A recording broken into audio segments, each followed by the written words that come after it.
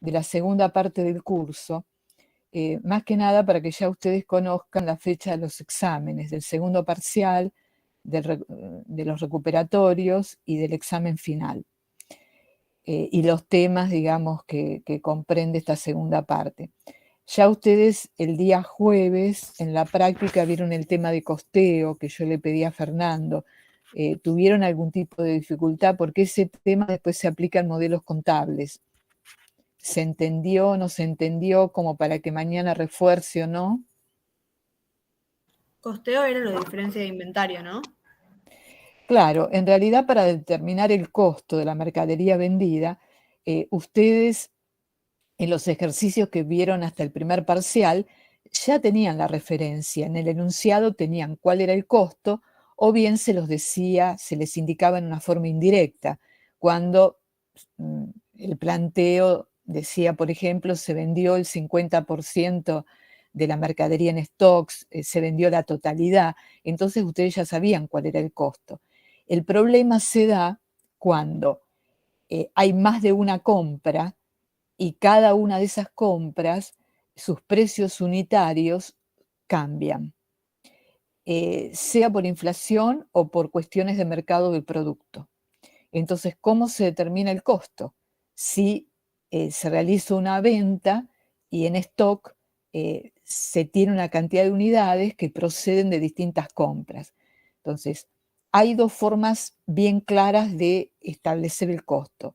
Una, cuando se lleva la ficha de stock o de inventario permanente, donde ustedes en esa ficha van a sentar la cantidad de unidades que compran al precio unitario de la compra y, bueno, por supuesto, el total de la compra.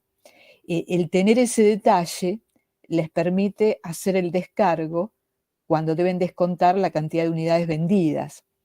Entonces, si ustedes tienen varias compras con distintos precios unitarios cada una y después realizan una venta, la pregunta del millón es, bueno, el precio unitario de la que vendí, ¿de qué compra es? ¿De la primera, de la segunda, de la última? ¿Cuál es? Entonces, por ello, existen tres métodos bien claros. Uno es el de último, vamos a empezar por cómo está en la bibliografía, primero entrado, primero salido. ¿Eso qué quiere decir?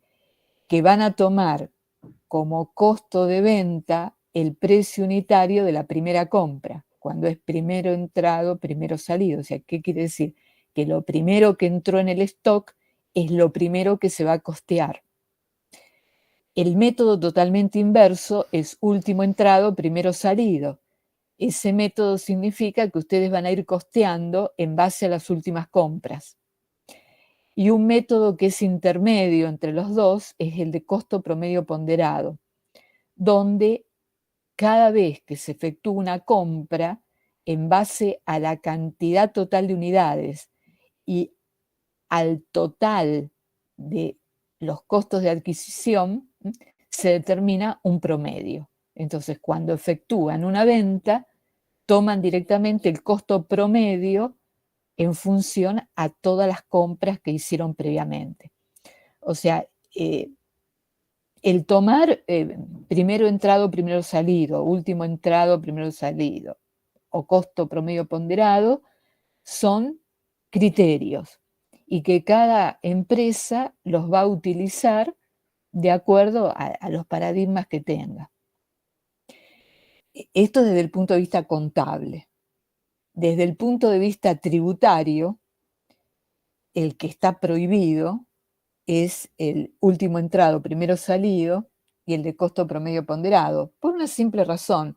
Como yo les he mencionado en más de una oportunidad, todo aquello que está relacionado con los impuestos es en base a la recaudación de impuestos. Entonces ustedes toman para determinar el costo de las ventas, para posteriormente poder establecer el impuesto a las ganancias, y lo que le interesa al fisco es que ustedes tomen las primeras compras que se suponen que son los precios más bajos.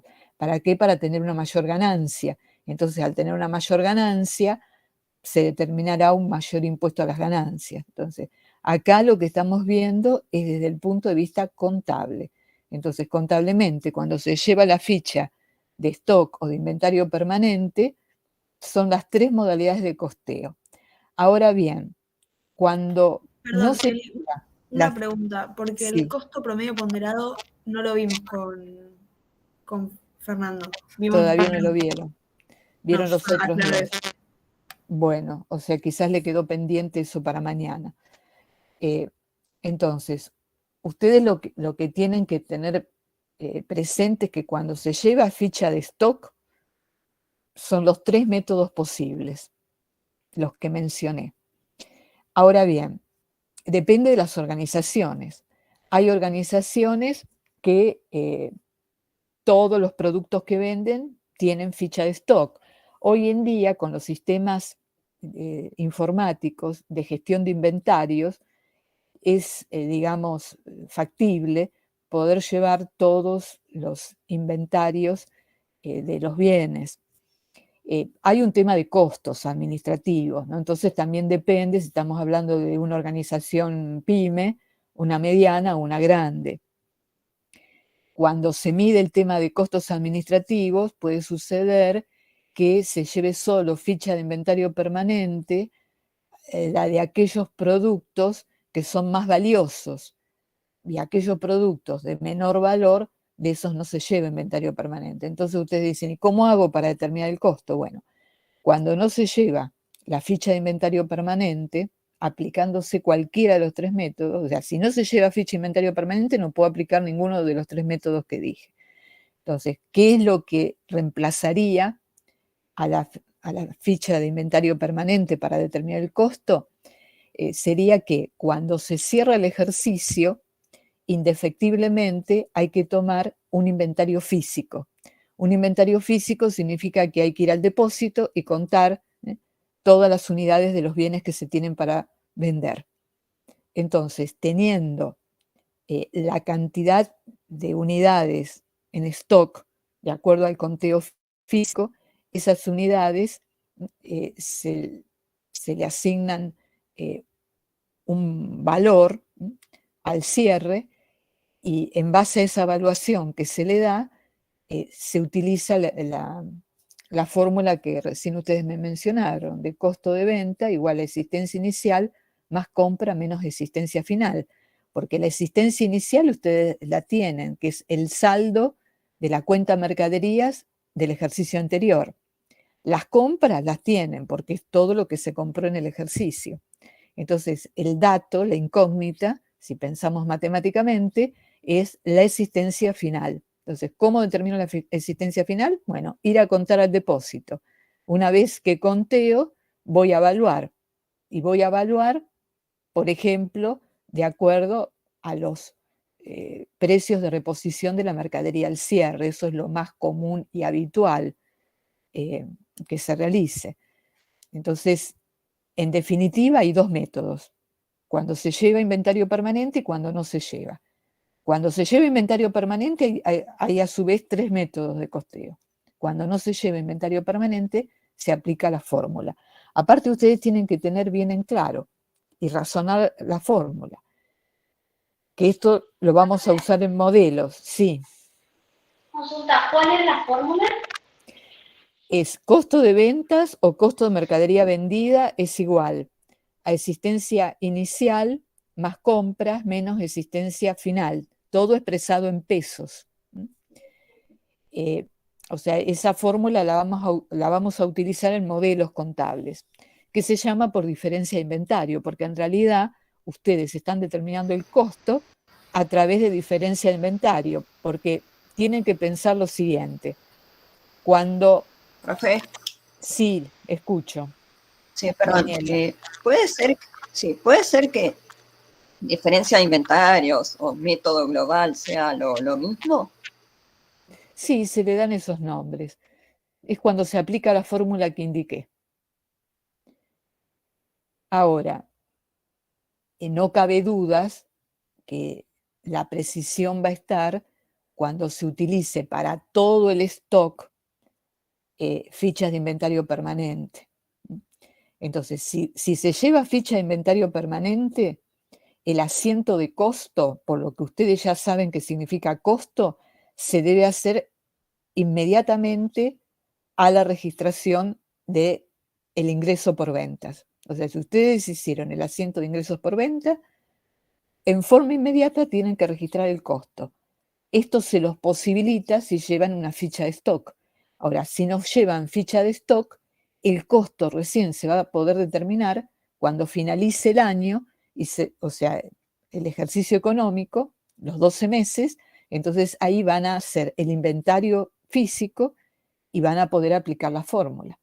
Ustedes, pensando la fórmula desde un pensamiento contable, tienen que ubicarse en esto. Si cuando comienza un ejercicio, hagámoslo en el primer ejercicio, a ver, vamos por parte.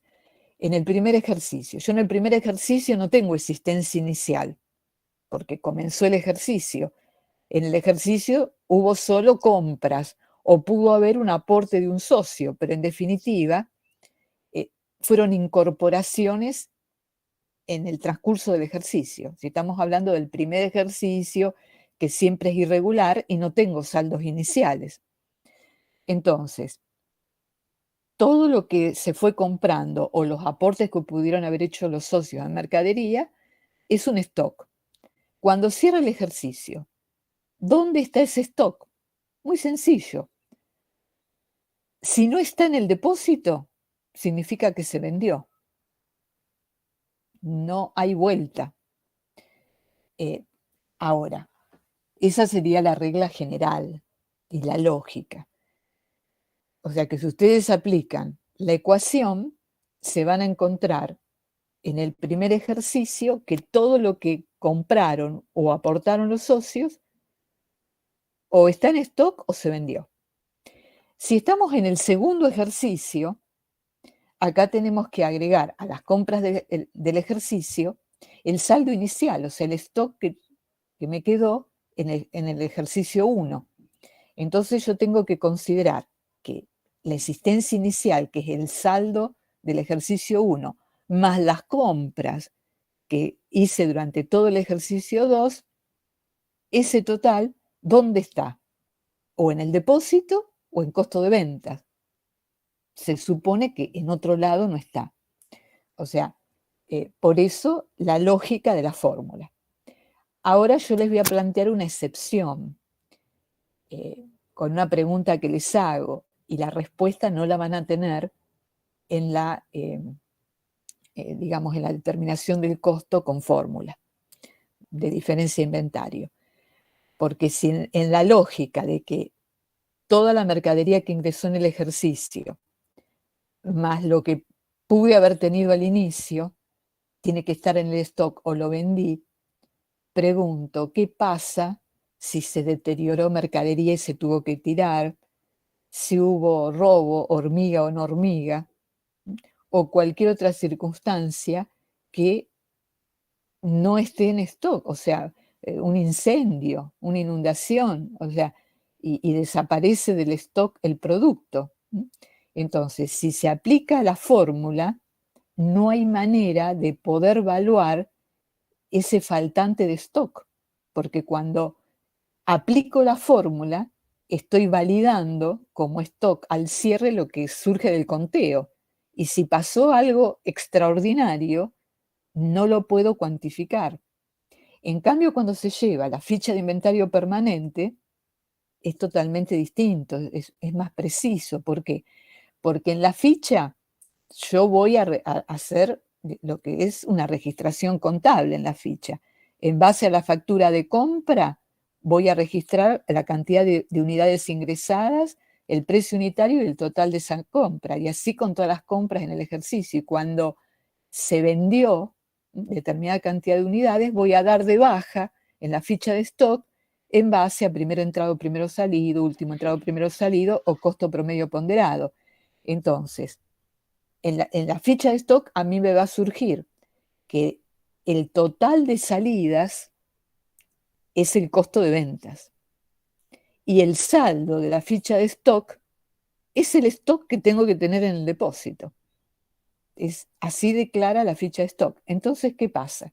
Si yo en la ficha de stock tengo un total de 1000 unidades, y por una cuestión de una buena práctica administrativa, realizo conteos para verificar si lo que me dice la contabilidad es la verdad, porque podría existir algún tipo de error en la contabilidad.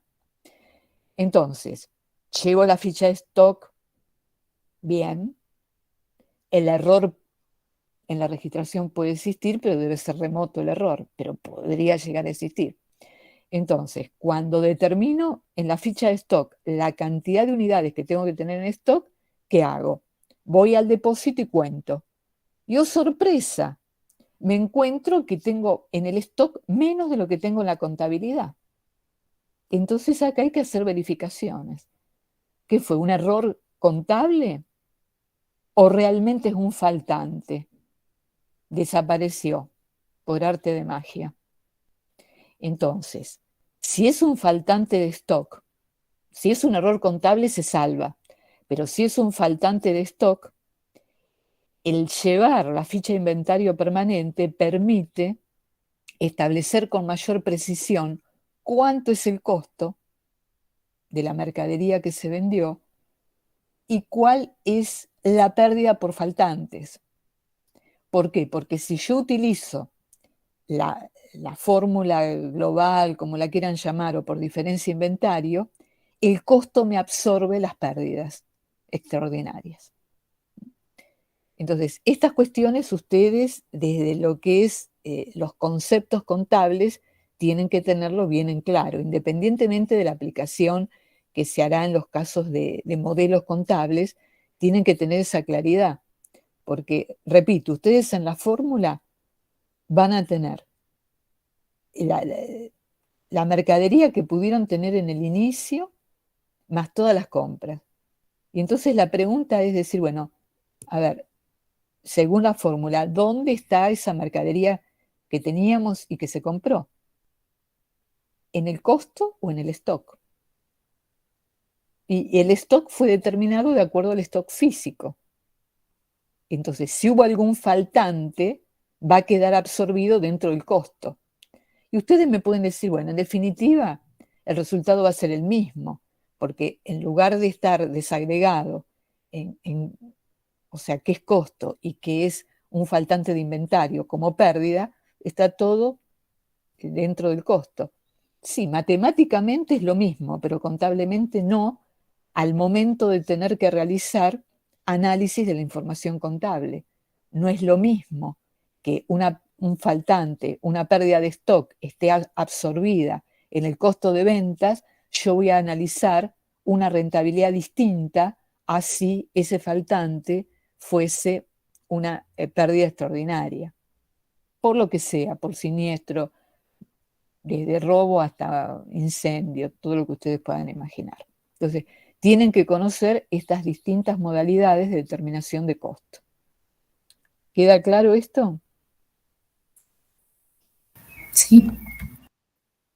Bueno, ¿por qué? Porque la información contable, cómo la vamos trabajando, cómo ustedes fueron trabajándola en la primera parte del curso, es a efectos de poder preparar en lo que es el segmento de contabilidad patrimonial o financiera los estados contables, que son obligatorios por parte de los entes en cuanto a su presentación por los usuarios externos que ustedes ya conocen de su existencia. Entonces, por eso es que se va procesando la información contable de tal forma que se puedan preparar adecuadamente los estados contables obligatorios. ¿Alguna pregunta sobre esto? Bueno.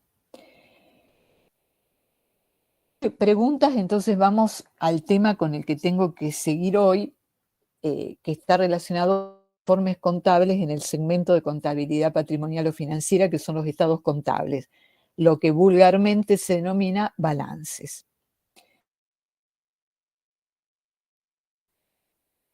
O sea, ustedes, yo no quiero escuchar ni ver en un examen escrito balance. Se tienen que acostumbrar a contables o estados financieros.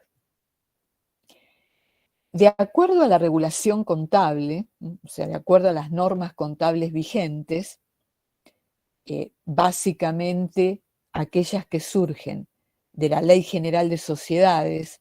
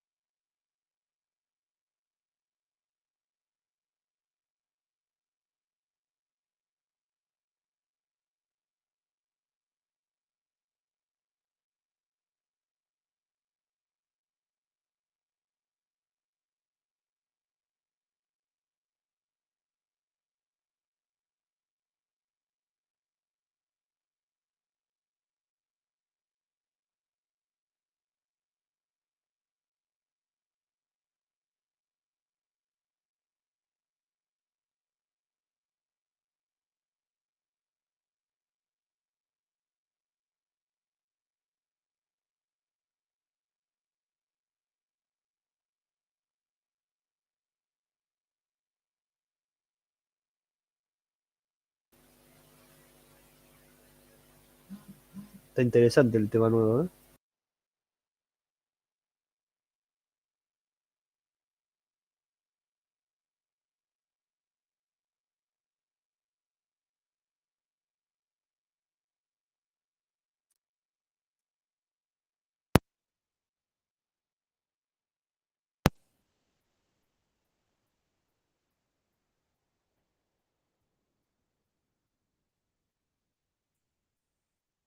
¿se escucha?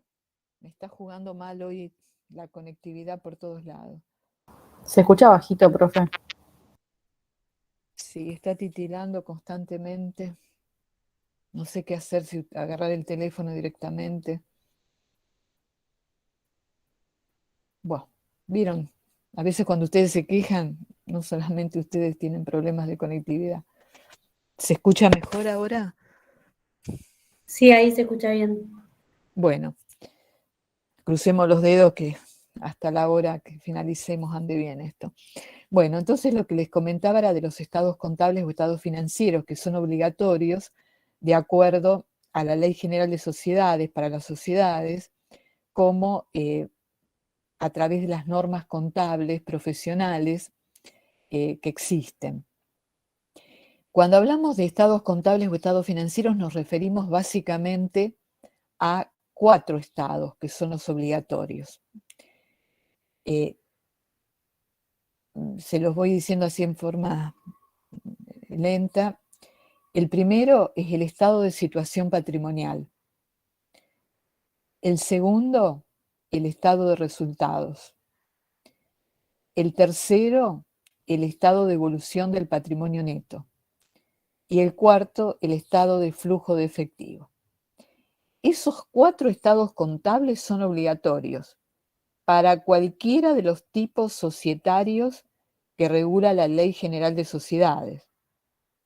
El último es el estado de flujo de efectivo, o a veces también denominado de caja. O sea, estos 4 estados contables son obligatorios. Son obligatorios tanto para las sociedades que están reguladas por la Ley General de Sociedades como una anónima, una SRL, como también para entes que no tienen fin de lucro, como una asociación civil. Ahora, los que no tienen fin de lucro, cambia la denominación del estado de resultados, porque si no sería una incongruencia. Ustedes ubíquense, si el estado de resultados va a informar una ganancia, una pérdida, y estamos hablando de un ente que no tiene fin de lucro, no podemos hablar de ganancia o de pérdida. O sea que cuando hablamos de entes sin fines de lucro, se va a hablar de un estado de recursos y gastos, estado de recursos y gastos. Voy a repetir porque me piden en el chat que repita. 1.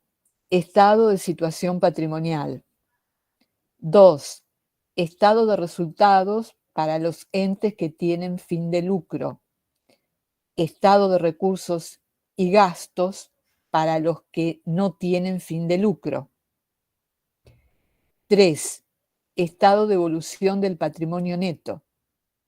4. Estado de flujo de efectivo o estado de flujo de caja. Esos 4 estados básicos son obligatorios en cuanto a la presentación que tienen los entes. Ahora bien, yo les mencioné normas, que existen normas contables para presentar este tipo de información contable. En realidad, las normas que indican cuáles son los estados contables obligatorios y cómo deben ser presentados son estándares para que todos los entes presenten la información con la misma estructura, con la misma terminología, para que el usuario externo de cualquier provincia del país pueda entender y leer un estado contable. Y no solamente del país, sino también en cualquier lugar del mundo. Sacando la diferencia del idioma en el cual esté escrito, pero que haya un entendimiento global en cuanto a poder leer y poder entender estos 4 estados contables o estados financieros obligatorios. O sea, que es un estándar, tienen que entenderlo de esa forma, de presentación de información contable, porque, como les dije recién, es de fácil lectura para cualquier usuario, de fácil interpretación, y el saber la información, cómo la van a obtener para poder realizar distintos tipos de análisis. Si ustedes, por ejemplo, tuviesen en este momento en sus manos un estado contable de una pyme, van a ver que cada uno de estos 4 estados contables que mencioné, cada uno va a estar en el frente de una hoja A4 u oficio. O sea, la extensión es el frente de una hoja. Si tuvieran, repito, el estado contable de una pyme. Y si van al estado contable de una gran empresa o de un holding, también se van a encontrar los 4 estados contables en el frente de una hoja. Y yo los invito a que tengan la experiencia, que esto siempre lo hacíamos en los cursos presenciales, que ustedes ingresen a la página de la Bolsa de Comercio de Buenos Aires, que es www.bolsar, bolsar con B larga y con S, .com.ar. Ahí ustedes se van a encontrar con los estados contables que presentan todas las empresas que cotizan en la Bolsa de Buenos Aires. Y los estados contables que se van a encontrar son los anuales, de los cuales nosotros venimos hablando en el curso, y también se van a encontrar con intermedios, que son trimestrales. ¿Por qué? Porque las empresas que cotizan en bolsa están obligadas a presentar balances, o sea, estados contables trimestrales. Entonces, si ustedes tienen esa inquietud de ver cómo es un estado contable real de las que cotizan en bolsa, les sugiero que vean los anuales para tener así la idea del estándar que vemos en clase. También pueden acceder a páginas institucionales de empresas medianas grandes a grandes, que también en su página institucional suben los estados contables. ¿Por qué? Porque son públicos. Entonces también ahí van a ver que los 4 estados contables están, cada uno abarca una hoja. ¿Por qué? Porque así lo establecen las normas contables por la estructura que le da a la presentación de este tipo de información contable. La filosofía de cómo se presenta la información contable en este segmento de contabilidad va de lo sintético al detalle. Esto es como cuando ustedes ingresan a una página web. Ustedes llegan a la página y tienen interés en algún tema, lo cliquean y van a tener una apertura de la información que quieren. Y quizás tienen la posibilidad, dentro de esa información que obtuvieron, cliquear otros aspectos y así van avanzando en detalle de lo que les interesa en la página. Bueno, la información contable es similar. O sea, la información contable se ve sintetizada en los 4 estados contables básicos que les mencioné, con la salvedad del de resultados y del estado de recursos de gastos, que depende si es de una de fin de lucro o sin fin de lucro. Ahora, es una información súper sintética. Por lo tanto, esa información va a estar complementada, llamémoslo así, pero forman parte de los estados contables, notas y anexos. Entonces, cuando uno habla de información contable del segmento de contabilidad patrimonial o financiera, vamos a hablar de los 4 estados contables básicos más sus notas y anexos. Las notas están expresadas en forma narrativa, son explicaciones narrativas, que por supuesto pueden contener información cuantitativa monetaria. Y también forman parte de los estados contables anexos. Cuando hablamos de anexos serían cuadros, donde en los cuadros se vuelcan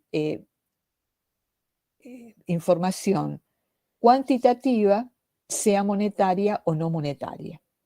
Supongamos, si ustedes tienen una cuenta bancaria en dólares, en el estado contable tienen que expresar esa cuenta en dólares, la tienen que convertir en pesos.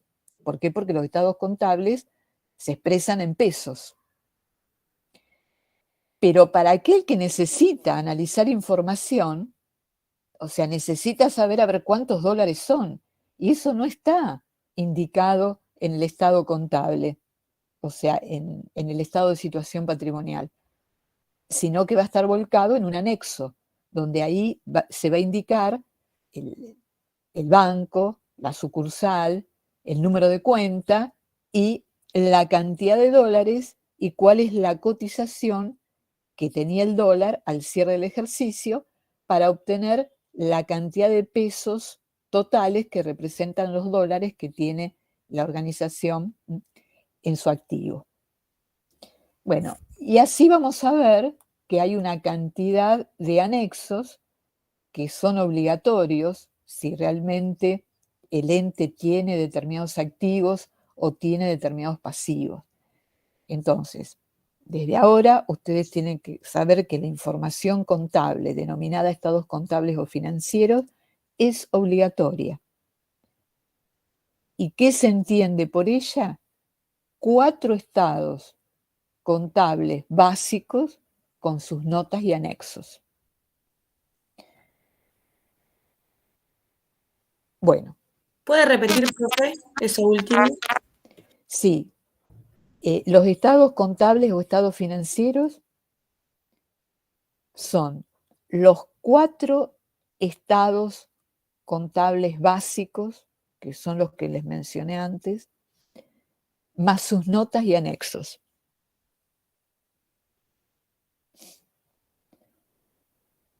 Bueno, de acuerdo a cómo legisla el Código Civil y Comercial de la Nación a la contabilidad y a los estados contables, bueno, se indica que los estados contables deben expresarse en moneda de curso legal del país, o sea, en moneda argentina. Y las descripciones, la narrativa, debe estar en nuestro idioma castellano. Esto no quita a que los estados contables puedan convertirse en determinada moneda extranjera y se traduzca a otro idioma. Pero la matriz es la moneda de curso legal de nuestro país, Argentina, y nuestro idioma castellano. Inclusive existen normas contables que establecen cómo se convierten los estados contables en moneda extranjera. ¿Esto por qué? Porque muchas veces hay inversores en el exterior, entonces quieren estos 4 estados contables con sus notas y anexos expresados en la moneda del usuario, también en el idioma del usuario, empresas que cotizan en bolsas del mundo, entonces tienen que estar redactados en el idioma del país de la bolsa con la moneda de ese país. Pero sepan que desde el punto de vista legal de lo que es el derecho comercial, debe estar, o sea, cuando se emiten deben estar en moneda argentina y en idioma castellano. Las normas que regulan este tipo de informes, si empezamos por la jerarquía de normas, comenzamos con el Código Civil y Comercial de la Nación. Código Civil y Comercial de la Nación. Está comprendido entre los artículos 320 a 331. No son tantos artículos, pero son los que regulan la contabilidad y los estados contables. Si bajamos la jerarquía de las normas, en la Ley General de Sociedades se indica en la parte general para todas las sociedades reguladas por la Ley General de Sociedades cómo debe presentarse la información contable, la documentación contable.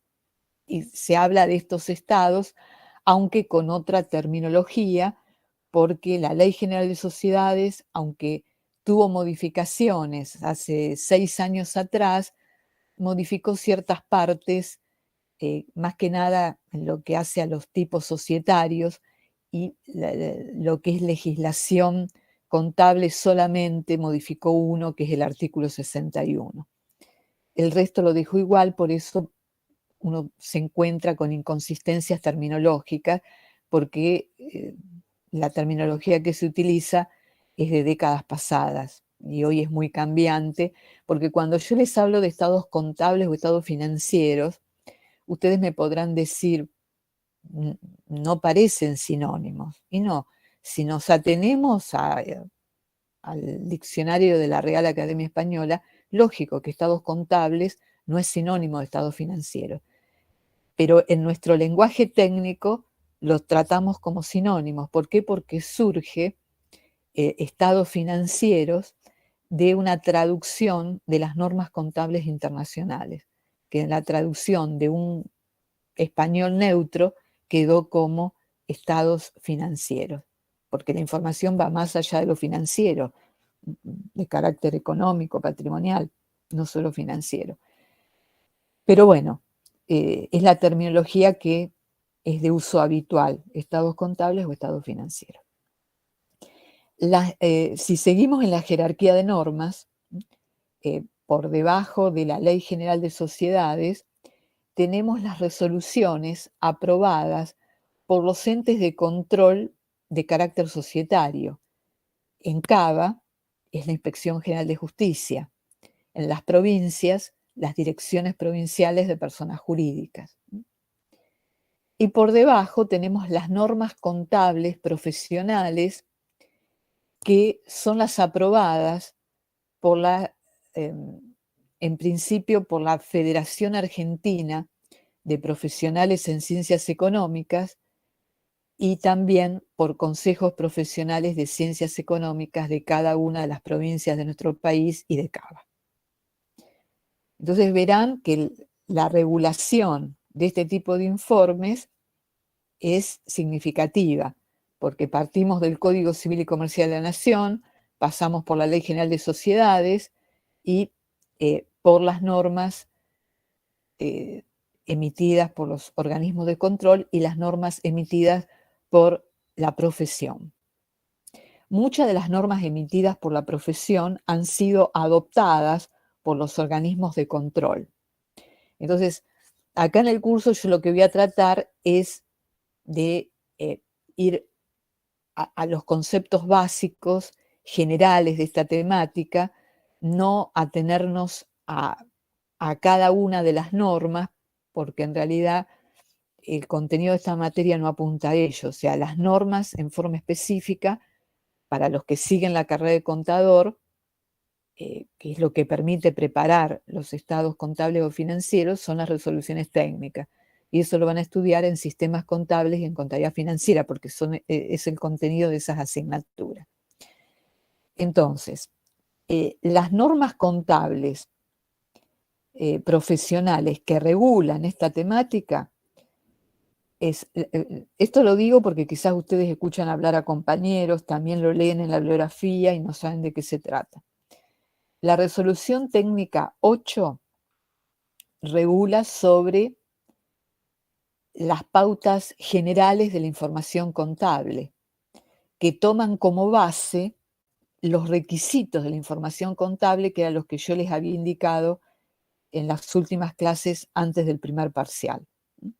O sea, lo de pertinencia, de verificabilidad, de confiabilidad. ¿Recuerdan? Bueno, o sea que la resolución técnica número 8 legisla sobre cuestiones generales de la información contable, o sea, referida a los estados contables o estados financieros, que le cabe a todo tipo de ente, son generales. Después nos encontramos con normas particulares de exposición de información contable, que es la resolución técnica número 9. La resolución técnica número 9, que es la que indica las pautas especiales para los entes que tienen fin de lucro, excepto bancos, porque la información contable de los bancos está regulada estrictamente y específicamente por el Banco Central de la República Argentina. Entonces, si ustedes leyeran el alcance de la resolución técnica número 9, indica para entes con fines de lucro, excepto bancos. Para los entes sin fines de lucro, tenemos la resolución técnica número 11. Pero también, cuando uno lee el alcance de la resolución técnica número 11, nos indica que es para todos los entes sin fin de lucro, excepto las cooperativas. ¿Por qué? Porque las cooperativas, por sus aspectos jurídicos, tienen ciertas particularidades que para ellas existe una resolución técnica específica que es la número 24. O sea que ustedes ven que el marco, así regulatorio, contable, es significativo y que se tiene que tener en cuenta al momento de preparar la información contable. A los efectos del curso, yo me voy a referir más que nada a los 4 estados básicos obligatorios para los entes que tienen fin de lucro basados en la resolución técnica 9. Inclusive la bibliografía de esta temática, debidamente actualizada, la tienen en Teoría Contable, Casos Integrales Comentados, en el capítulo 6. En el de Chávez, lamentablemente, eso era una buena bibliografía, pero a la fecha está desactualizada. Bueno,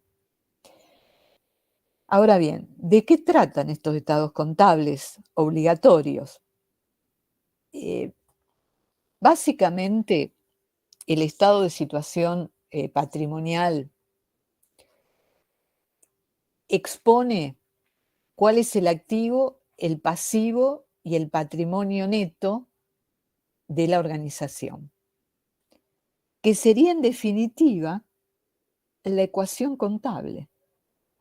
Por eso tan importante que ustedes conozcan y dominen la ecuación activo es igual a pasivo más patrimonio neto. Porque cuando uno tiene el estado contable o financiero de cualquier ente, cuando comienza a pasar las hojas, primero está la carátula, como cualquier presentación formal, donde están los datos del ente, que esto ya lo vamos a ver. Pero la segunda es el estado de situación patrimonial, que ahí vamos a tener expuesto en forma sintética cuál es el activo, cuál es el pasivo y cuál es el patrimonio neto del ente. Y con determinado formato. O sea que la ecuación que ustedes conocen se van a encontrar que el activo se expone como columna a la izquierda y el pasivo y el patrimonio neto se exponen en columna a la derecha. Por lo tanto, la columna de la izquierda, activo, debe ser igual a la columna de la derecha de pasivo más patrimonio neto. Y lo que les he dicho no es nada más ni nada menos que la ecuación que ustedes conocen, ubicando la información bajo determinada estructura en un informe.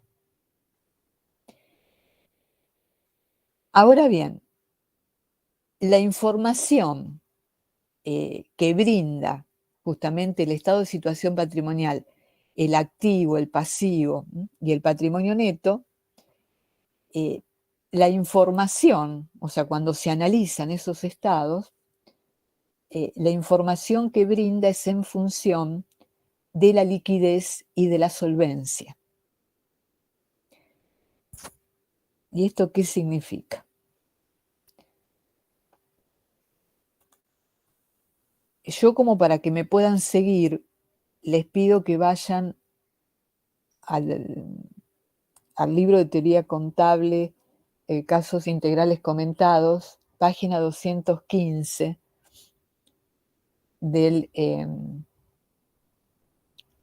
escaneo. Ahí ustedes tienen esquema del estado de situación patrimonial. Entonces se encuentran lo que les dije recién. A la izquierda el activo, a la derecha el pasivo y el patrimonio neto. Ahora, si ustedes analizan este esquema, van a ver que el activo está dividido en activo corriente y activo no corriente. Y acá apunta justamente a que este tipo de informe se basa en la liquidez y solvencia. Desde lo que es el activo, la liquidez. ¿Por qué? Porque si a los bienes y derechos que tengo en el activo se los clasifica en corrientes y no corrientes, es en función al parámetro liquidez. Los que ubicamos en el activo corriente son los activos más líquidos. ¿Qué quiero decir por más líquidos? Aquellos que se van a convertir más rápidamente en efectivo. Mientras los que están en el activo no corriente son aquellos que se va a demorar más en convertirlos en efectivo. Ahora, ¿cuál es la pauta que yo tengo que tener para clasificar un bien o un derecho en corriente o no corriente? Esto lo habíamos visto en su momento en clasificación de los recursos y viene oportuno recordarlo. Un activo será corriente cuando ustedes piensen que, antes de decirle, digamos, qué es, ustedes se tienen que ubicar, cuando estamos hablando de un estado de situación patrimonial, en la fecha de cierre de ejercicio. O sea, que ustedes están parados en la fecha de cierre de ejercicio, que es el momento de corte contable. Es en el momento en que ustedes le van a sacar una foto al activo, al pasivo y al patrimonio neto. Siempre yo hago la comparación de que el estado de situación patrimonial es la foto instantánea en el último minuto del día de cierre. Si el día de cierre es el 31 de diciembre, bueno, es la foto del 31 de diciembre a las 23:59 minutos, 99 segundos, en el último instante del día, es la foto instantánea. Entonces, parados en ese momento, ustedes se tienen que preguntar por cada bien y por cada derecho. La pregunta es, ¿este bien o este derecho lo voy a convertir en efectivo en el próximo ejercicio? O sea, en los próximos 12 meses. Si la respuesta es sí, significa que el bien o el derecho será un activo corriente. Si es no, será no corriente. Entonces ustedes ven que la clasificación de activo corriente y no corriente es en función a la liquidez. ¿Cuándo ese bien o ese derecho se va a convertir en efectivo?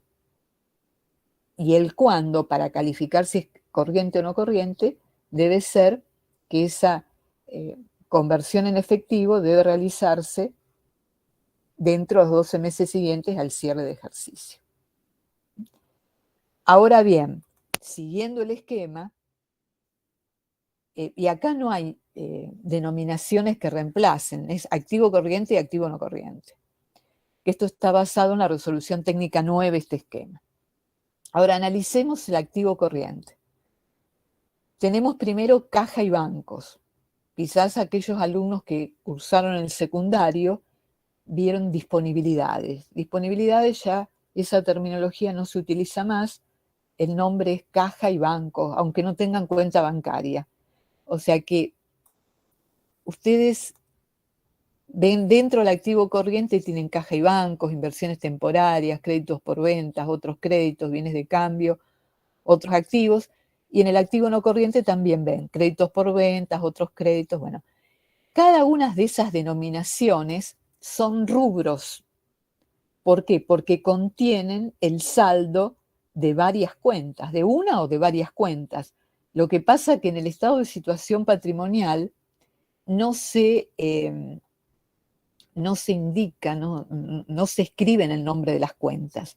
Lo que se escriben, y justamente por eso que es un estándar de informe contable, es establecer rubros con denominaciones estáticas, o sea, son esas palabras, no las puedo reemplazar por otras. Es caja y bancos, aunque no tenga caja o aunque no tenga banco. Es caja y bancos el primer rubro, porque ustedes verán que caja y bancos es el rubro que contiene las cuentas caja en moneda del país, caja moneda extranjera, fondos fijos, que es una caja chica, y las cuentas bancarias, sean cuentas corrientes o cajas de ahorro. O sea, todas esas cuentas van a estar condensadas dentro del rubro caja y bancos. Voy a tener justamente una nota donde se va a detallar la composición de cada rubro y donde se va a indicar cuáles son las cuentas que integran el rubro. Eso es nota, pero en el estado en sí, lo que se coloca es el rubro. Entonces, rubro caja y bancos, yo les di ejemplos o sea, puede ser que exista todo lo que dije o algunas cuentas, no significa que tenga que estar toda. Yo les doy la posibilidad, o sea, caja en moneda argentina es el cash que se tiene desde el punto de vista operativo. Ahora, con respecto a la moneda extranjera, acá hay que analizar. Si la moneda extranjera que se tiene es para pagar al proveedor del exterior o para pagar algún gasto que lo tengo que pagar en moneda extranjera, o si esa moneda extranjera es un excedente y lo considero una inversión. Entonces, si es moneda extranjera para pagos, esa caja en moneda extranjera va a estar en caja y bancos. Ahora, si es una moneda extranjera como inversión, va a estar ubicado en inversiones temporarias. ¿Por qué? Porque, bueno, es una inversión, pero que si tengo necesidad, voy a recurrir a ella y la convierto en efectivo. O sea, que estaría dentro del rubro inversiones temporarias. Ahora, si es una moneda extranjera que digo, no, yo compré los dólares, compré los euros y no los pienso vender de ninguna manera porque es una inversión a largo plazo. Bueno, va a estar dentro de inversiones, si es así, dentro del activo no corriente. Por eso se debe analizar muy bien cada uno de los bienes y cada uno de los derechos que se tengan. Como las cuentas bancarias. Las cuentas bancarias, si ustedes tienen cuentas corrientes en distintos bancos o en un mismo banco en distintas sucursales o cajas de ahorro, bueno, están incluidos dentro del rubro caja y bancos. Ahora, si ustedes tienen un certificado de plazo fijo porque hicieron una inversión a 10 días y justo les agarró el cierre de ejercicio, o una inversión a 30 días, 180 días, que es un plazo fijo, bueno, ya van a tener que exponerlo dentro de inversiones temporarias. El orden que ustedes tienen de los rubros dentro del activo corriente como dentro del activo no corriente es en función a la liquidez, porque caja es lo más líquido. El último rubro que dice otros activos es lo menos líquido. Y lo mismo pasa con el activo no corriente. Ahora vamos a analizar cada rubro. Hasta aquí, ¿tienen algún tipo de pregunta, alguna consulta? ¿Algo que no se entienda? No. Perdón, profesora, en ese ejemplo que está puesto en casos integrales, ¿son todos los rubros? Bueno. Sí, sí, están todos. Están todos. Entonces, reitero, piensen que esa clasificación en activo corriente y no corriente es en función a la liquidez, pensando en la conversión en dinero en efectivo en los 12 meses siguientes al cierre. Y dentro del activo corriente, el orden de los rubros va en función a la liquidez, lo mismo que en el activo no corriente. Y verán que hay algunos rubros que se repiten. Ahora vamos a ver por qué. Caja y bancos, por su naturaleza, es cash, o sea que siempre lo vamos a tener en activo corriente. Inversiones temporarias. Acá el ejemplo recién que les di es de una moneda extranjera que se tenga como una inversión, pero que se piense o sea que en los próximos 12 meses, a partir del cierre del ejercicio, se puede vender para cubrir algún tipo de pago. Pero también en inversiones temporarias tenemos que ubicarnos en, por ejemplo, compras de bonos, de acciones, o sea, de distintos títulos de carácter financiero, donde el objetivo de la inversión es ganar por la diferencia de cotización que tengan ese tipo de productos financieros. No son inversiones que se piensen a muy largo plazo. Por ejemplo, si una empresa compra acciones de otra empresa, ¿cuál es el objetivo que tiene en la compra de esas acciones? Si el objetivo es ganar por la diferencia de cotización que tengan las acciones en la bolsa, entonces va a ser una inversión temporaria. Ahora, si el objetivo es ir comprando acciones porque en determinado momento se quiere tener una influencia significativa, o sea, un poder dentro de esa organización en la toma de decisiones, y ya vamos a hablar de una inversión permanente. O sea, la inversión permanente es la que se denomina en el rubro inversiones dentro del activo no corriente. O sea, que ustedes ven aquello que en principio puede ser una inversión, hay que pensar cuál es el objetivo que se tuvo cuando se adquirió ese activo, para poder clasificarlo en inversiones temporarias o en inversiones como activo no corriente. Profe, una pregunta. Sí. En ese sentido, ¿tengo que preguntarme por el objetivo de la inversión o por la duración de la inversión? Bueno, o sea, si compras acciones, es una empresa que está en marcha. O sea, no, las acciones tienen vigencia mientras tenga vida la sociedad. Ahora, si compras bonos, por ejemplo, los bonos tienen una vida, ¿no es cierto? Entonces, lo compras para ganar diferencia en su evaluación técnica con la cotización, o lo estás comprando porque se aproxima la fecha de pago de intereses. O bien pudiste vos tener bonos a 10 años y este año vencen, se amortizan en su totalidad. Entonces pasa de ser una inversión permanente del activo no corriente a una inversión temporaria. O sea que acá no podemos generalizar, hay muchas posibilidades dentro de las inversiones. Lo básico es saber al cierre del ejercicio si aquel bien que ingresó al patrimonio como inversión, ¿con qué objetivo? Si lo voy a convertir en dinero en efectivo en los próximos 12 meses al cierre o no. Ahí va a estar la respuesta. Las razones pueden ser muchas, o sea, dependiendo del tipo de bien. Por ejemplo, yo puedo tener en inversiones dentro del activo no corriente un inmueble, porque compré un inmueble, pero no para usarlo la organización, sino porque se alquila. Bueno, en algún momento en que se quiera desafectar ese bien inmueble que está dentro de inversiones en el activo no corriente, pasará al activo corriente. O sea, ya serían reclasificaciones.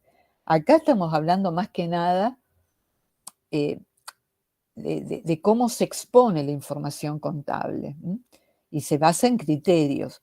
Lo que vimos en la primera parte del curso fue parte de lo que es evaluar, medir activos pasivos. Acá ya salimos del criterio de medición y es cómo exponemos la información que contabilicé. ¿Se entiende? Sí, sí. Entiendo. Bueno, o sea que nada es estático.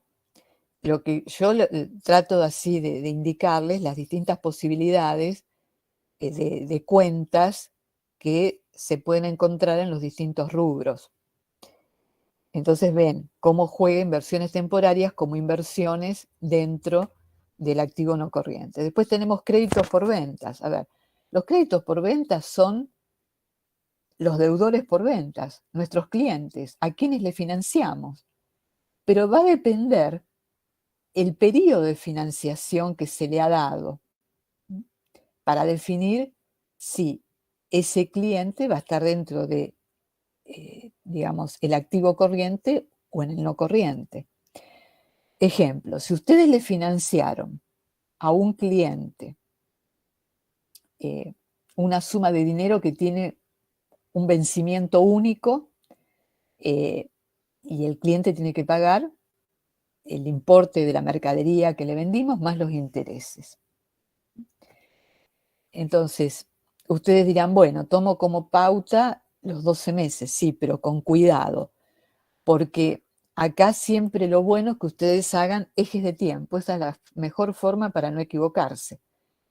Porque si ustedes están parados en el cierre del ejercicio y tienen un deudor por venta y dicen, bueno, yo a este deudor por venta le financié por 18 meses. O sea, en el mes 18 me tiene que pagar la mercadería más los intereses.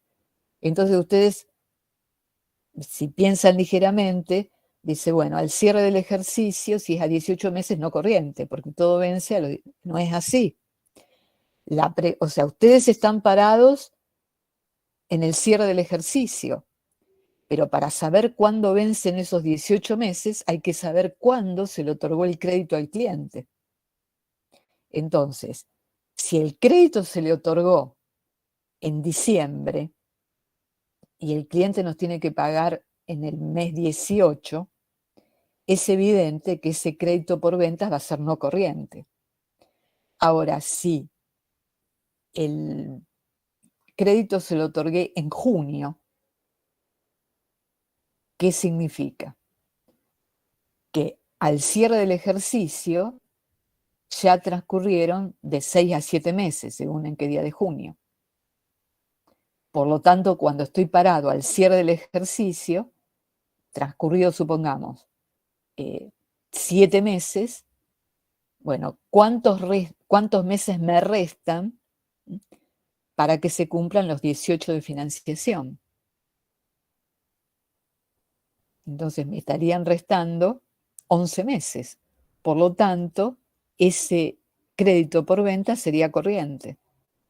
O sea que cuando ustedes tienen que definir si un crédito por venta es corriente o no corriente, tienen que tener 2 datos siempre.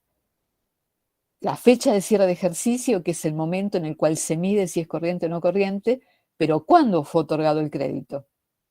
En el ejemplo que les di, es cuando hay un único vencimiento.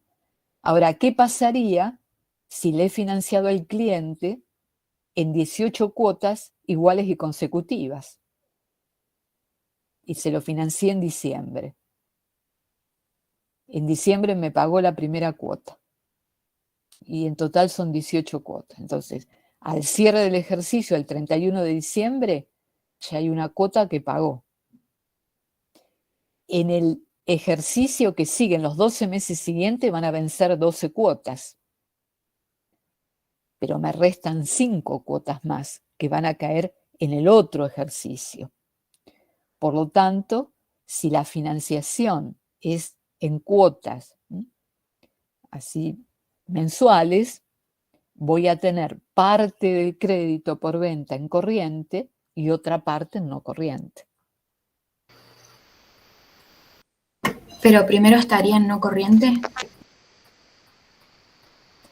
No, en el ejemplo que les di, o sea, ustedes van a tener 12 cuotas corrientes dentro del activo corriente, créditos por venta dentro del activo corriente, una que ya pagó en diciembre, 12 que van a vencer en los próximos 12 meses, que van a ser corrientes. O sea que en total ya llevo 13 cuotas. Por lo tanto, para las 18 me restan 5 cuotas. Las 5 cuotas que van a vencer no en el ejercicio siguiente, sino en el subsiguiente, va a estar dentro de créditos por venta del activo no corriente. Ay, eso era lo que iba a preguntar, sí. Si para determinarlo se contaba, por ejemplo, la fecha, cuando la duración del ejercicio o cuando financié el crédito. Tienen Claro. que tener en cuenta los 2 datos. Con uno de ellos no basta, porque uno puede tener la fecha de la financiación, pero si yo no tengo la fecha donde tengo que estar parada para medir si es corriente o no corriente, no tengo la información suficiente para hacer la clasificación. ¿Se entiende?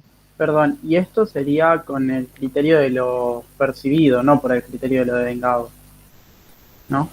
Claro, esto que hace a la exposición estaría, digamos, haciendo futurología en base a lo percibido, porque no tengo certeza. Puede ser que el cliente no me pague y pida la quiebra. Ya eso es otra historia. De acuerdo a las condiciones de venta iniciales, bueno, eran con ese formato, o sea, 18 cuotas mensuales. Si fue otorgado en diciembre y se pagó la primera en diciembre, el cliente pagó la primera en diciembre, bueno, ya esa de diciembre no la cuento. Me quedan 17 cuotas, de las cuales 12 van a vencer en el ejercicio que sigue, o sea, en los próximos 12 meses. Y 5 van a caer sus vencimientos en el ejercicio subsiguiente. Ahora, profe, Sí. Ahora, profe, si en diciembre no lo hubiéramos pagado, o sea, sería desde diciembre desde diciembre de ese año hasta diciembre del otro año sería corriente. Si estamos, si estamos hablando de cuotas mensuales y no hubo ningún pago en diciembre, bueno, vencerían 12 cuotas de enero a diciembre y me quedarían, en total habíamos dicho 18 cuotas, me quedarían 6 cuotas en el ejercicio subsiguiente como no corriente.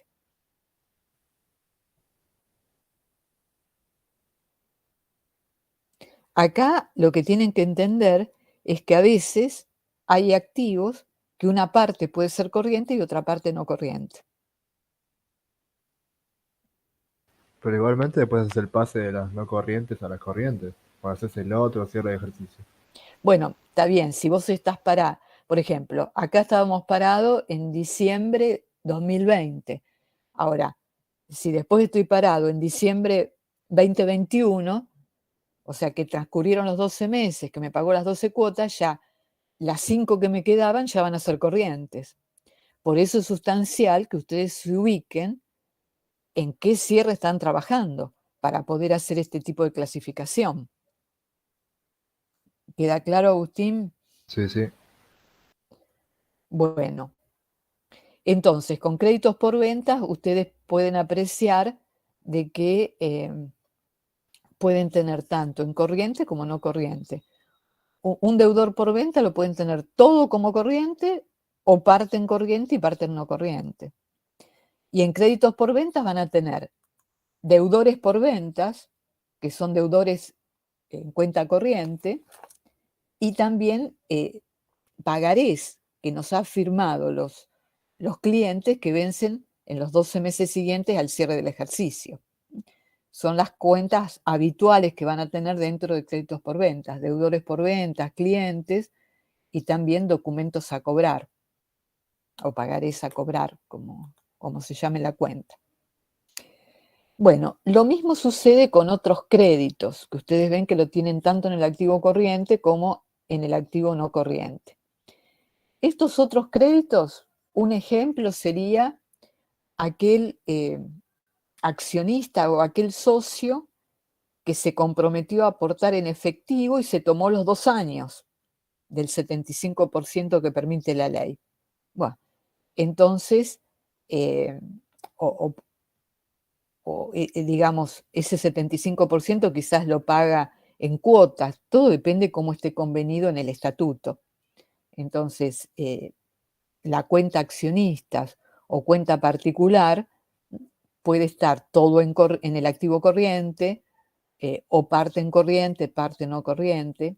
O sea, es común que encontremos ese tipo de cuentas en otros activos. También en otros activos, otros créditos, es cuando tenemos impuestos a favor, cuando se pagó de más al fisco y hay saldos a favor. Saldo a favor de ganancias, saldo a favor de IVA, saldo a favor de ingresos brutos. O sea, son otros créditos, no son créditos por venta. Entonces, también eso es más factible que lo encontremos como activo corriente, ¿no? O sea, los saldos a favor. A veces, en determinadas actividades, por las características que tienen algunos impuestos en su recaudación, puede ser que se tenga muchísimo saldo a favor. Y de acuerdo a la evaluación que se hace, es imposible tomar ese saldo a favor en el ejercicio siguiente. Piensen que un saldo a favor de impuestos, eso nunca se va a hacer cash, sino tengo que pensar en función a lo voy a poder utilizar ese saldo a favor. ¿Se puede hacer una pregunta? Sí. Viste que dijiste que la cuenta accionistas puede estar toda en activo corriente o también parte en no corriente. ¿Por qué sería eso? Y eso sería si el accionista se compromete a pagar en cuotas ese 75% que la ley le permite tomarse 2 años. O sea, se toma 2 años, pero pagando todo, o sea, integrando el capital una cuota todos los meses. Ok, en ese caso estaría una parte en cada uno. puede ser que las últimas cuotas caigan en no corriente. Ahora, puede ser que ese 75% a los 6 meses de la Constitución los aporte, los integre. Y supongamos que el cierre fue en diciembre y la sociedad se constituyó en octubre, un ejercicio irregular de 3 meses. Y bueno, en el ejercicio siguiente va a aportar, si desde la Constitución dijo 6 meses, transcurrieron 3 en el ejercicio que finaliza, y se necesitan otros 3 meses para que llegue el vencimiento del aporte, de la integración. Claro, perfecto. Gracias. Bueno, después ven que tienen bienes de cambio, tanto en activo corriente como en activo no corriente. Bueno, por su naturaleza los bienes de cambio siempre van a estar en corriente. ¿Por qué? Porque es mercadería para la reventa y se considera que hay una alta rotación. Si yo tengo un stock es para vender, no es para retenerlo. Entonces, en principio, como que la regla general, los bienes de cambio son siempre corrientes. Pero hay excepciones a la regla que yo en alguna oportunidad les comenté por el tipo de bienes o por algún aspecto en particular. Por ejemplo, en la actividad de bodegas, donde se añejan bebidas alcohólicas. Bueno, hay añejamientos que llevan más de 12 meses. Entonces puede ser que yo tenga bienes de cambio clasificados dentro de activo no corriente porque estoy añejando a 10 años. También sucede con algún tipo de producto que en su fabricación demanda mucho tiempo. El ejemplo que siempre doy son los astilleros. El fabricar un barco no se hace en más de 12 meses. Entonces, pero no es lo común tener bienes de cambio en activo no corriente, pero estos rubros están previstos por las normas y hay que respetarlos. O sea, si yo en la empresa que tengo que emitir el estado contable no tienes bienes de cambio en el activo no corriente, yo no pongo el rubro bienes de cambio. O sea, que el rubro que no tenga cuentas no se pone directamente, no es que se pone en cero, no se coloca directamente. Bueno, y después tienen otros activos. Otros activos está relacionado con algún tipo de patente, marca que se ha puesto a la venta. O sea, entonces se va a realizar en los próximos 12 meses, pero no encuadra en ninguno de los rubros anteriores, porque no es ni un bien de cambio, ni otros créditos, ni créditos por venta, ni una inversión, ni caja y banco. Entonces, otros créditos. Una salida elegante. Siempre vieron que hay un rubro que todo lo que no va en lo anterior va en ese. Entonces, como ustedes pueden apreciar de acuerdo a los ejemplos que les fui dando dentro del activo corriente, caja es el más líquido, otros activos es el menos líquido. Si yo tengo para vender una patente, y quizás me demore en poder venderla, no es tan rápida como sacar el saldo de una cuenta corriente. Lo mismo sucede con los rubros del activo no corriente. Bueno, vimos créditos por ventas, otros créditos, bienes de cambio, que también esto va ordenado por la liquidez. Ahora, inversiones. Inversiones es todo aquel producto financiero que se ha incorporado al activo, pero con un objetivo de no desprenderse ni en el corto ni en el mediano plazo. Los ejemplos más que nada que les di de las acciones, cuando se quiere tener cierto poder de decisión en otra empresa. O sea, va a estar dentro del activo no corriente como inversión. Estos son tantos títulos públicos, bonos, acciones. Bienes de uso, bueno, son los bienes que se necesitan utilizar para poder desarrollar la actividad principal del ente. O sea, herramientas, muebles y útiles, rodados, inmuebles que se utilizan para la actividad, bueno, todo ello cabe dentro de bienes de uso. Propiedades de inversión. Bueno, estos son los inmuebles que han sido adquiridos para ser alquilados, o sea que esto se separa de inversiones. Lo que son inmuebles del resto de bienes definidos como inversión. Activos intangibles. Recuerdan que en su momento cuando hicimos la clasificación de los bienes en tangibles e intangibles, los habíamos mencionado. Son derechos de autor, de software, de marcas, de patentes, pero siempre que hayan sido adquiridos. Siempre que hayan sido adquiridos. Y el ejemplo típico que doy es lo que se denomina llave de negocio. Ustedes pueden decir, la empresa tiene un valor de llave por los clientes que tiene de tanta cantidad de pesos. Bueno, es una evaluación que estima la organización por los clientes que tiene, supongamos por el lugar estratégico en el que se encuentran los salones de venta, donde corre, digamos, mucha gente, o sea, no es un lugar aislado o un lugar turístico. O sea, cuando se dan ciertas características que le dan un plus a la organización y que la organización tiene los beneficios de ese plus. Pero la contabilidad no evalúa una llave autogenerada. Las llaves que se pueden encontrar en un estado de situación patrimonial son las adquiridas. Cuando se compra, por ejemplo, un fondo de comercio, tiene una llave por las características de la actividad, por las características de donde se desarrolla esa actividad, a veces por determinadas personas que trabajan dentro de la organización. Bueno, tiene un plus, pero si se vende el fondo de comercio, se vende por el valor de los bienes más ese plus. Entonces, si yo compro una llave de comercio, realmente es el costo de adquisición. Esa llave de negocio está incorporada en su costo de adquisición. Ahora, la llave de negocio que yo estimo por el valor agregado de determinadas características del ente, eso no se contabiliza.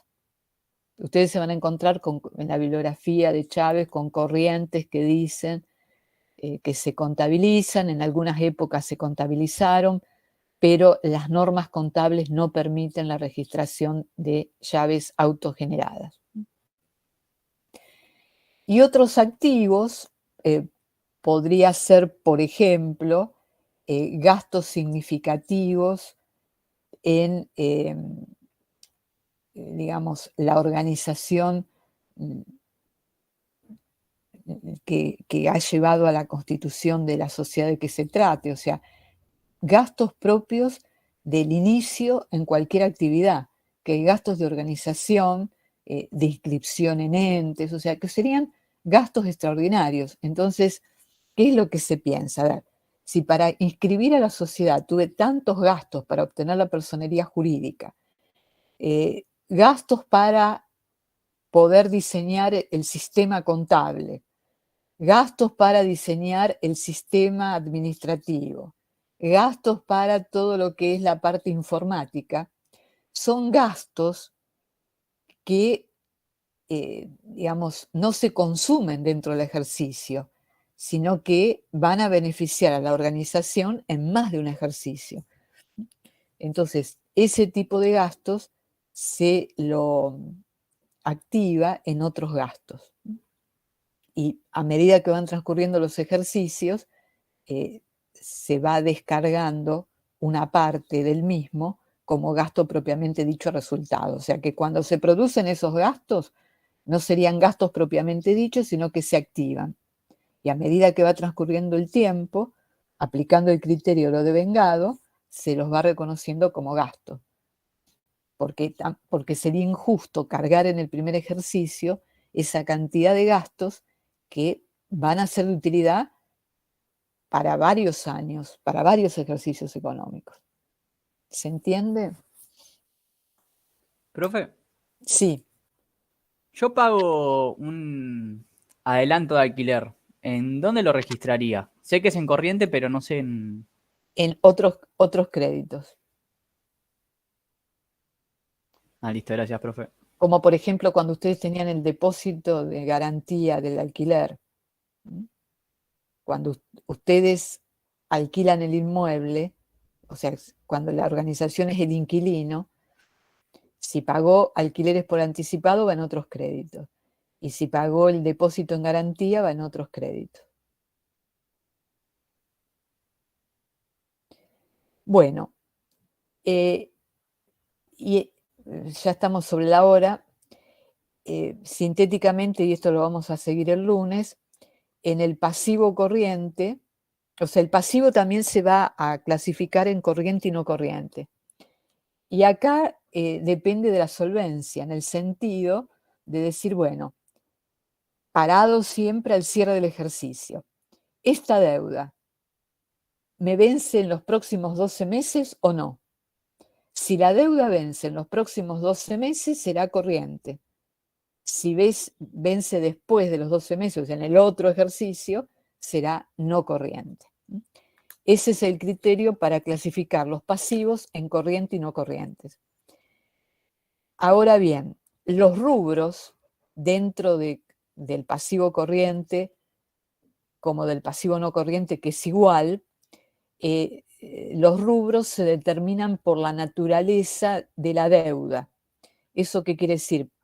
O sea, la deuda, qué objetivo, qué finalidad tuvo. Por eso ustedes tienen comerciales, que serían con los proveedores, préstamos con los bancos, remuneraciones y cargas sociales serían los sueldos a pagar y las cargas sociales a pagar, cargas fiscales serían los impuestos a pagar, anticipos de clientes cuando los clientes nos entregan señas, dividendos a pagar cuando hay que pagarles a los accionistas, y otras que no puedan encuadrarse dentro de las anteriores, o sea que ustedes ven que es por la naturaleza de la deuda.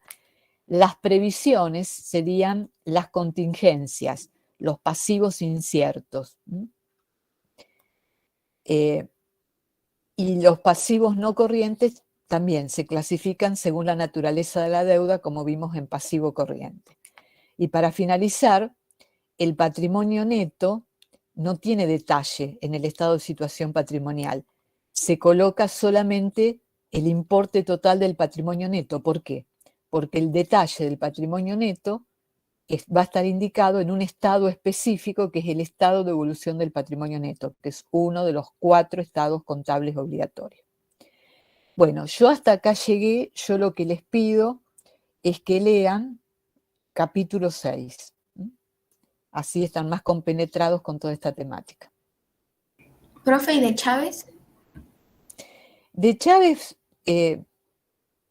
lo que podrían llegar a leer es el estado de situación patrimonial. Lo que pasa es que están buenas las explicaciones, pero hay terminología desactualizada. Ese es el problema con el que se encuentran con el de Chávez, y en el de Chávez además no tienen el estado de flujo de efectivo, sino que se llama estado de origen y aplicación de fondos, y ese estado ya no existe más. Si quieren ampliar, yo les sugeriría ver la bibliografía adicional de Fowler Newton, que esa está actualizada. Ah, bueno, gracias. Profe, Bueno, chicos, sí, Agustín. lo de corriente y no corriente, ¿eso es dentro de los 12 meses a partir del hecho económico o dentro del ejercicio? Los 12 meses es a partir del cierre del ejercicio económico. Los 12 meses siguientes, a partir del cierre de ejercicio económico. O sea que si yo hago una operación de venta en julio, a 12 meses me van a pagar, son 6 meses que registro en el primer ejercicio como corrientes y los otros 6 como no corrientes. No los registrás 6 como corrientes, porque vos, si cerrás el ejercicio en diciembre y realizaste ventas en junio, hay que ver cuándo vencen, si te van a pagar todos los meses o te van a pagar a los 12 meses. Te paguen en cuotas o te paguen de una sola vez, siempre el mes 12 te va a caer dentro de los 12 meses a partir del cierre de ejercicio que estamos trabajando. Lo que pasó, pasó en el ejercicio. O sea, cuando ustedes tienen que definir corriente y no corriente es proyectando a futuro. O sea, los saldos que tienen al cierre, ¿qué va a suceder con ellos en los próximos 12 meses? A efectos de exponerlos adecuadamente en el informe. ¿Se entiende, Agustín? O sea, yo tengo que pensarlo a cierre de ejercicio, por más que lo haya hecho en Claro, julio. porque vos al cierre del ejercicio es el momento en que tenés los saldos al cierre y tenés que armar los estados contables. Y al armarlos, bueno, ¿cómo los vas a ordenar? Y teniendo en cuenta las normas contables, es en el momento de cierre, trabajando con los saldos al cierre, cómo vas a exponer esa información contable.